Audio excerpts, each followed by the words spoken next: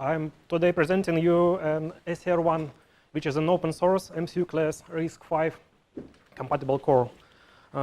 So today I'm going to make a short and brief description of what we've done during the last 4 months, because our core was initially published 4 months ago at the latest RISC-V workshop, which was in China. And I'll also take a SCR1 overview and our company overview for those who are not familiar with our company.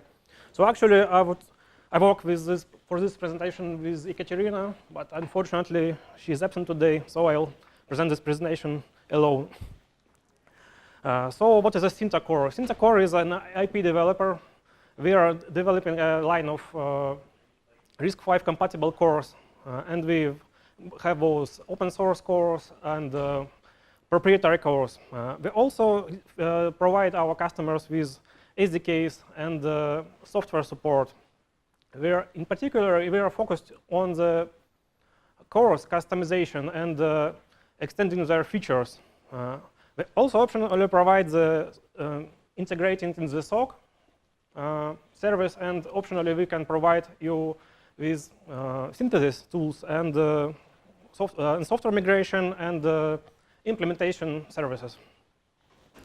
So today, our baseline of our cores consists of 4 cores. The first one is SCR1, which I will talk about it more later. Yes, and we have 3 not open source cores, but they're also interesting cores. So all cores are 32 bits, and all cores are RISC-V compatible. Major point and interesting thing that some of our cores have silicon samples, and all 3 bottom cores have. There are at least one customer of us which is includes these cores into its roadmap. So SCR1 is open source cores, and next I will talk to why do we make it open source. So we are developing our course based on RISC-V architecture. So we're interested into the increasing RISC-V ecosystem footprint.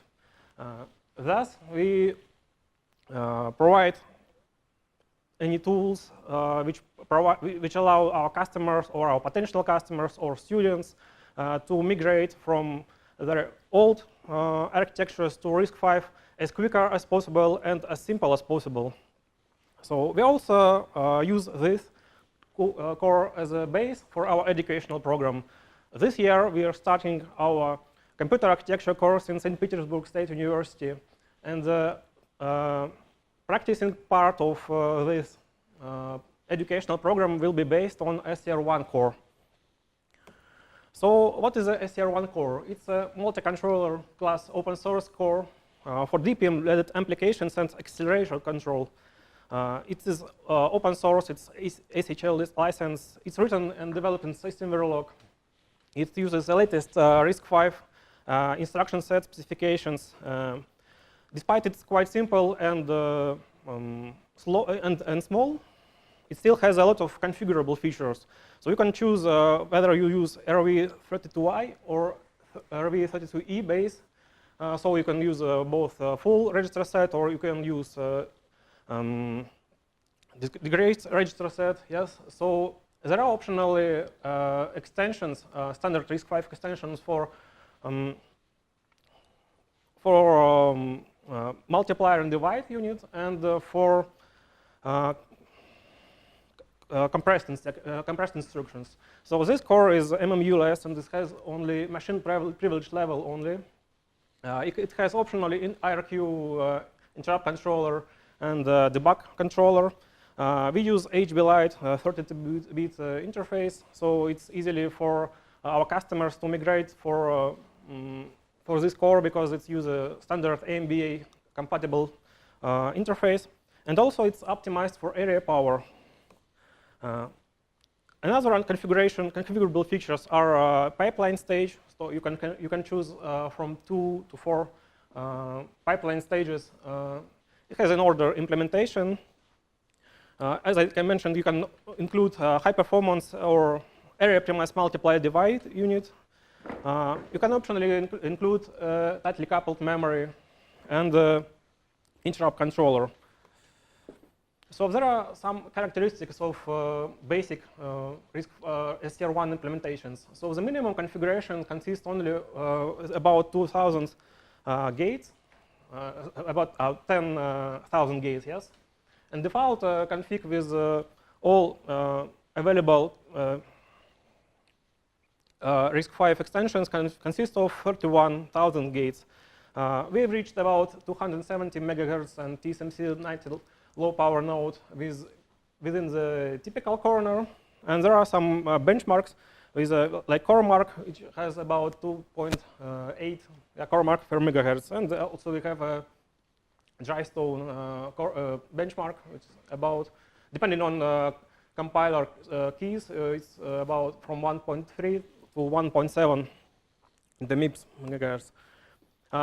As I mentioned before, we try to provide as quick and as simple as possible migrating facility for our customers or for students. So we provide SCR1 bundle with verification suite.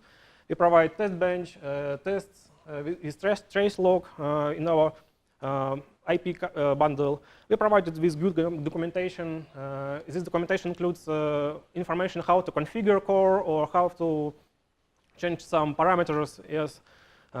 We also provide you with basic simulation and synthesis flow and reference designs.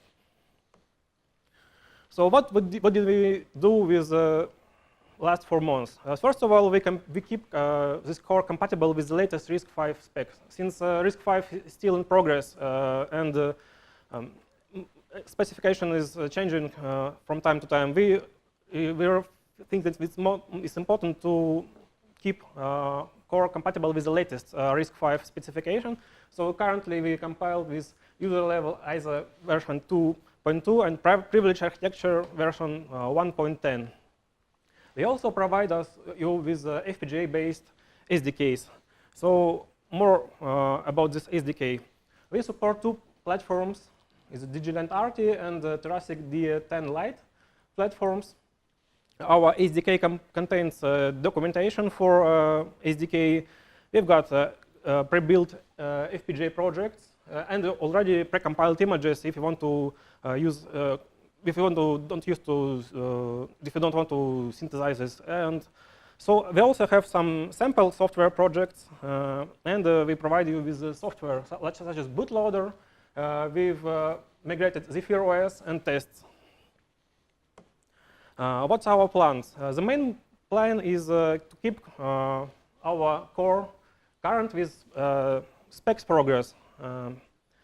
We also provide maintenance and support, and we plan to develop and publish the integrated toolchain in this year. Yes, and also we would like to support more software. We would like to migrate from another software, so we would like to support more real-time operation system. So that's our plan in particular. So. Do you have any questions? And we are welcome and appreciate any interest in our SCR1 core. That's it. That's it. Thank you.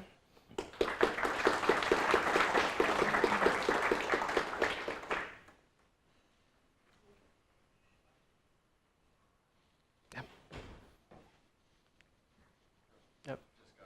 How fast does it run in an FPGA? I thought we've got about. I'm not sure about this particular FPGA boards, but we've got about 65 megahertz on FPGA.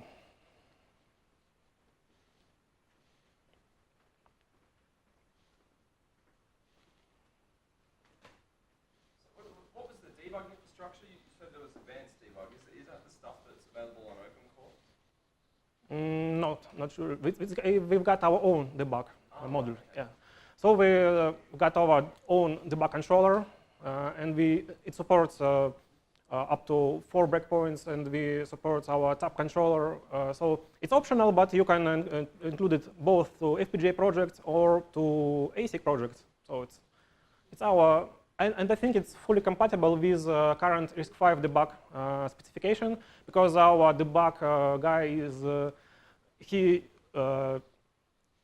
a part of debug committee of RISC-V, and he attended, and he has a lot of pull requests to this debug specification. Yeah. Are you guys one of the first to support the RISC-V debug spec, or it's a bit of a mixed message, or it's confusing to me to know what debug interfaces are being used now for all of the various RISC-V implementations, right? I know they're trying to standardize it, but I know it's not finished, and I'm just, wondering, what is actually being used out there. So you guys are trying to stick close to what is coming out of the working group, I guess. Yeah, I think yes. So we don't have yet any trace, yes, but I think it's not in the scope of maybe specification, yes.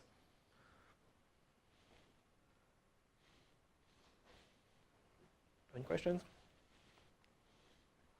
Okay, thank you.